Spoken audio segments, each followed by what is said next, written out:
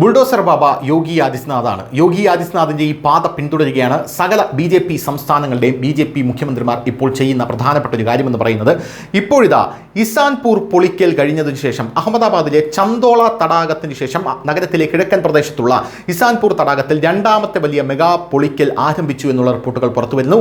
കഴിഞ്ഞ നിരവധി വർഷങ്ങളായി ഇസാൻപൂർ തടാകം മർദ്ദം നീക്കം ചെയ്യുന്നതിനുള്ള പ്രക്രിയ തിങ്കളാഴ്ച രാവിലെ മുതൽ ആരംഭിച്ചു. ഈ സമയത്ത് അനിഷ്ട സംഭവങ്ങൾ ഉണ്ടാകാതിരിക്കാൻ കർശനമായിട്ടുള്ള പോലീസ് സുരക്ഷയും ഒരുക്കിയിട്ടുണ്ട്. ലഭിച്ച വിവരങ്ങളനുസരിച്ച് ചന്തോള തടാകത്തിലെ പോലെ ഇസാൻപൂർ തടാകത്തിൽ 1000-ലധികം ആളുകൾ അനധികൃതമായി താമസിക്കുന്നുണ്ട് എന്ന റിപ്പോർട്ടുകളാണ് ലഭിക്കുന്നത്. കാരണം ചന്തോളയ്ക്ക് ശേഷം ഇസാൻപൂർ തടാകത്തിൽ നിന്നുള്ള മർദ്ദം നീക്കം ചെയ്യുന്നതിനുള്ള ചുമതല AMC ഇപ്പോൾ ഏറ്റെടുത്തിട്ടുണ്ട്.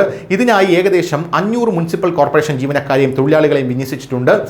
ഇപ്പോൾ 20ഓളം JCB മെഷീനുകൾ ഉപയോഗിച്ച് കർശനമായിട്ടുള്ള പോലീസ് സേനയാണ് അവിടെ വിന്യസിച്ചിരിക്കുന്നത് എന്നും അറിയാൻ സാധിക്കുന്നുണ്ട്.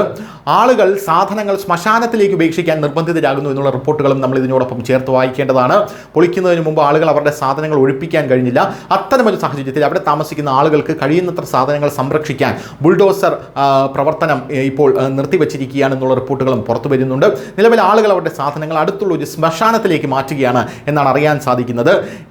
ഏകദേശം 4 പതിറ്റാണ്ടുകളായി അവിടെ കയ്യേറ്റത്തിൻ്റെ വലിയ രീതിയിലുള്ള അലയൊലികൾ ഉണ്ട്.